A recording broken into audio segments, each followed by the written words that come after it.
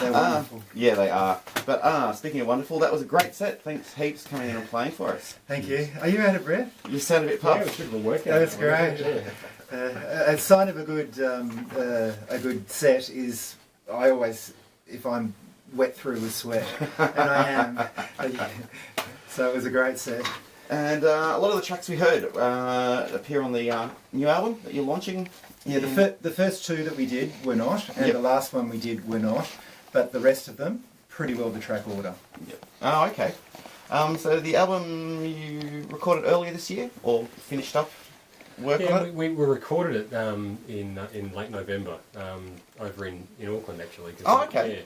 Yeah, I ended up working over in Auckland for a year or so, and to kind of keep things moving, we grabbed opportunities where we could to get together. I had to go over to Sydney at one stage for work, and it happened to be school holidays, and John's a teacher, so he likes to come up to Sydney from time to time, so we made that an excuse, and he came up and we had a bit of rehearsal up in Sydney, and then... Before you continue though, I got to say, like in Sydney, the rehearsal studio was right near the airport, and we didn't know. Oh, and we were walking from the train station to the airport, and all of a sudden the plane was like, literally you could throw a tennis ball and hit the plane's belly. It is amazing, isn't it? Oh, it's the best place to put a rehearsal studio. Go on, David, sorry. Noise. It was amazing, you know?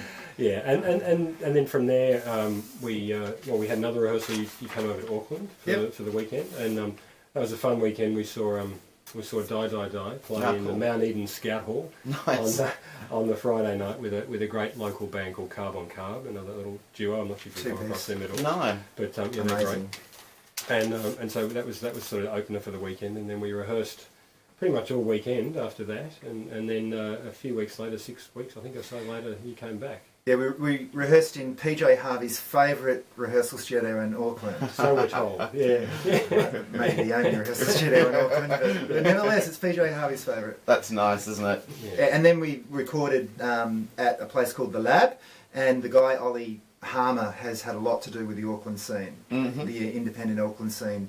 He does a lot of quick stuff for people, but he's also done a lot of stuff for Flying Nun. Oh, nice. Yep. And Head Like a Hole. Do you remember that band? They were doing the vocals of their album upstairs when we were downstairs, and the studio was an old dance studio, like, you know, dance hall studio, and it was on springs. Oh, wow. And Ollie, the engineer, said he'd never seen the room move in the way that it had moved like that. Because what a lot of bands tend to do is they separate all of the amps but this is actually a myth. As the guy who mastered our album, David Briggs, says, "Spill is your friend." And I think this is really interesting. I mean, this is from somebody who's been mixing around a long time. A long time. So I think we actually recorded in a way which Ollie hadn't really experienced before. Yeah. In that way, and the clarity. We're really happy with the clarity and the what is it called? The sonic aspect of the recording. Recorded on a Saturday.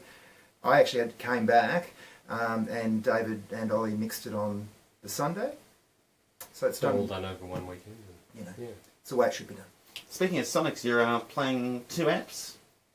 Yeah, I picked this idea up probably because we went and visited the studio when I first went over to Auckland. We went and checked it out, and he had a bunch of really good amps. So it was like, well, I can't just use one of them. Right? I ended up using a Marshall Plexi and a Fender Bassman, and Nick Larkins and the Bones. Yep. You know Nick's from the Wild Pumpkins and all of that.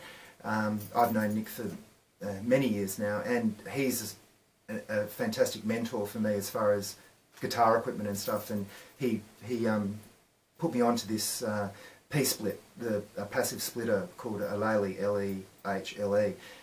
If anybody plays guitar, they should get one, and then you just have your 2 amps. And what it does is that it makes, and you physically feel it.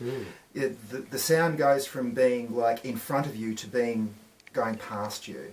And so I now use clean sound and dirty sound, except for that last song, which is now a foray more into cleaner sounds, although they're dirty, clean sounds nevertheless. But But a lot of people do this. Keith Richards, Stevie Ray Vaughan used to do it, like dirty and clean. I've just discovered this through doing something. You end up realising it, and it's at an enormous amount because being a two-piece. One of the things about the recording that I've really noticed is it allows the kick drum to be heard in a way that you don't usually hear. Changing the subject a bit, but yeah. So there you go. Yeah, no. Well, look, I have to say it sounded great tonight. Thanks. We should mention the launch, so if people can get down and actually see you live, they enjoyed hearing what they heard tonight. 2 weeks' time? Yeah, well, I mean, Church of Hysteria are coming in and doing live to air with you next week, so that they can talk about themselves. That's right. And the Girl Freeders as well. And another great band, yeah. And it's at the Tote, on, as you said, Saturday the 11th, and it's also the launch of a zine. What's it called? Yeah, Plastic Knife. Yeah, Luke Sinclair, who's the guitar player for Church of Hysteria, runs the Sticky Institute, the zine shop. And the Campbell Arcade down near Flinders Street. What's it called? The Campbell Arcade. Oh, okay. It's a great institution, Sticky. Yeah.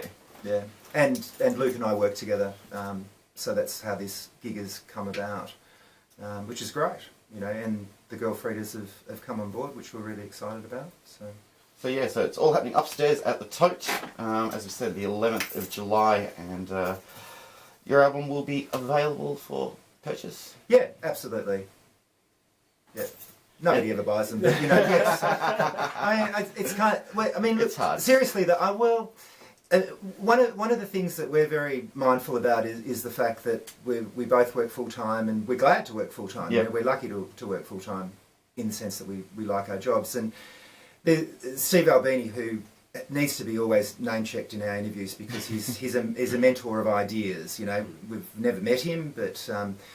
He talks about this idea about himself that he doesn't expect to make money out of his music because what he does is art, and so therefore he works, and then the music becomes something that is an extension of his creative self. Yeah.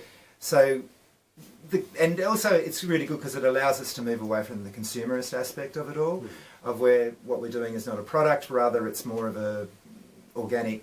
Output of your life kind of thing, yeah. Of course, if you want to buy a record when you come along, we won't stop you. You're